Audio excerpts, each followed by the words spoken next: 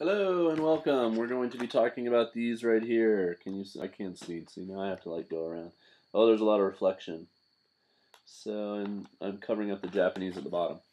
Um, Bond films. Oh, that's the second one. Let's start with the first one. Let's start where it all started. So there you go. That is. Sometimes they change the title in Japanese. This is literally Doctor No in katakana.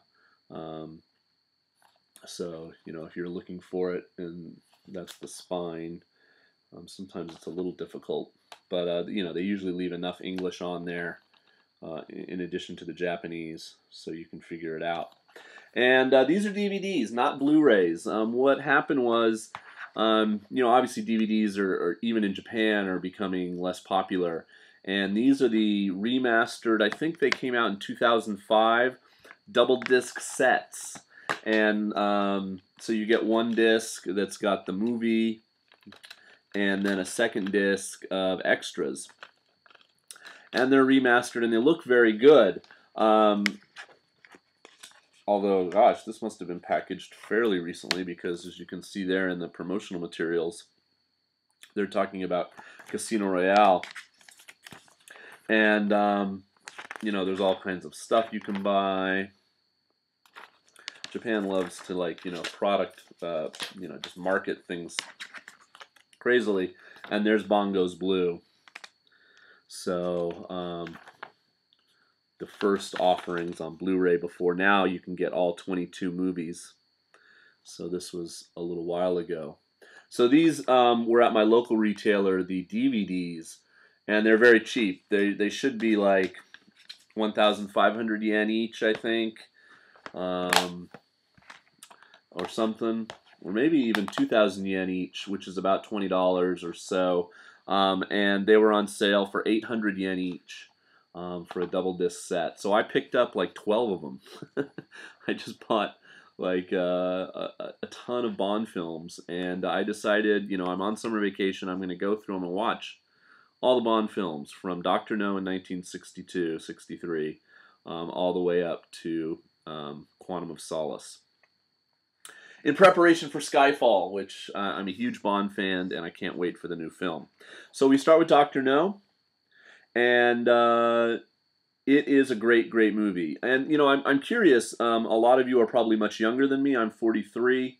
Obviously, I wasn't even alive when this movie came out. I think it premiered in 62 in London, and maybe it came to America in 1963. I was born in 1969. So, if you've gone back and watched these old films as a young person now, say if you're in your 20s or teens, what do you think of the old James Bond movies? Obviously the style of action and the style of filming and the pace especially is a lot different, a lot slower. But I love the old Connery Bond films, and it was a treat. I've watched Dr. No quite a bit. It's got to be one of the most famous. Not all the elements are there yet. There's no pre-credit sequence. The title sequence is kind of like there's no Dr. No song. The famous gun barrel pointing, that's there. Bernard Lee is M. Miss Moneypenny, Lois Maxwell, they're in there. Q's not in the movie.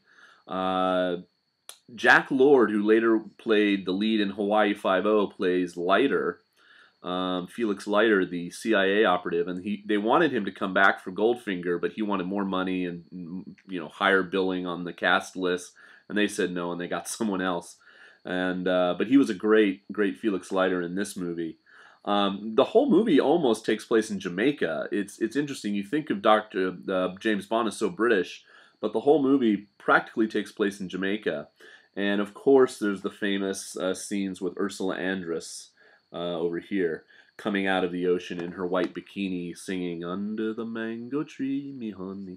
And she had such a thick accent that they dubbed her dialogue. That's not really her voice in the movie. But he's got his Walter PPK.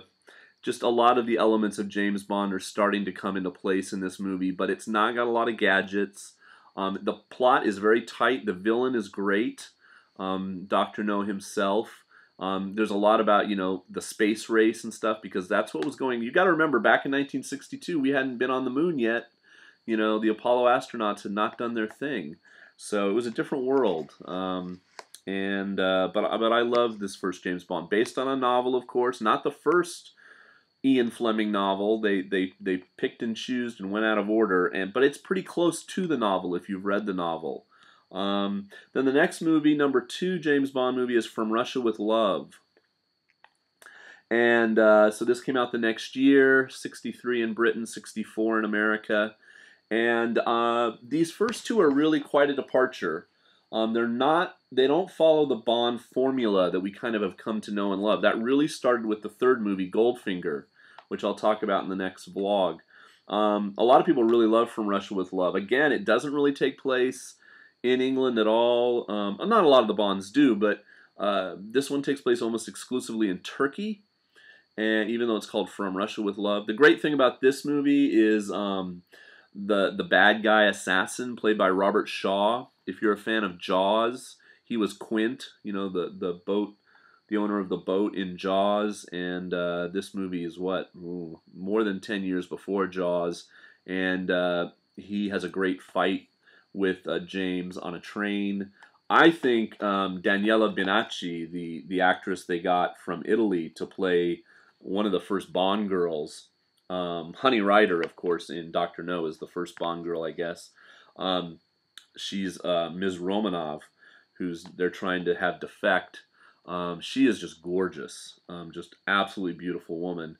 And but again, they dubbed her voice. She had such a thick accent that they chose someone else to do her lines. So this one does start to have more of the Bond stuff. Of course, the theme was here. You've got the incredibly famous and you are Mr. and then he lights his cigarette, Bond, James Bond. And that comes in this movie with the dun dun dun dun dun dun dun. You know, the theme song is in here. This again doesn't have a From Russia with Love song, but it does have the girls like belly dancing, and the titles are on their like kind of writhing naked bodies or clothed belly dancing bodies for the credits. But there's no, well, there is a pre-credit sequence. I don't know if I should give it away in case you haven't seen it, but doesn't involve James Bond necessarily. I'll say that. So it's not quite what happened that they perfected in Goldfinger. More of the stuff falls into place. You get Q in this one. He's called Major Boothroyd, his real name, of Q Branch. And there is the gadgets in this one kind of ramp up. He's got a very gadget-laden briefcase in From Russia with Love. And again, you know, based on it, Ian Fleming was still alive. These were the only two movies he saw at the theater. He died between the making of From Russia with Love and Goldfinger, the author of James Bond. So From Russia with Love, again, has a good tight plot. And we get to meet Blofeld, or Number One. You know, it's hard to watch these movies now, you know, after having seen the Austin Powers movies.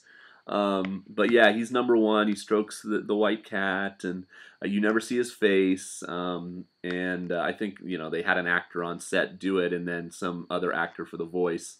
But you know, there's a Number Two and a Number Six, and so you start to get Blofeld in this one. And Spectre, you know, Spectre's introduced in Dr. No, the kind of evil organization.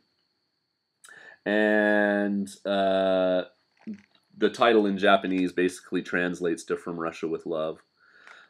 So, you know, so totally thumbs up. Out of 5 stars, Dr. No, I'd say, is 3.5 to 4 stars. From Russia with Love, about the same, 3.5 to 4. They're both very, very good installments. Connery is great. The set design is amazing. Some of it's very future looking.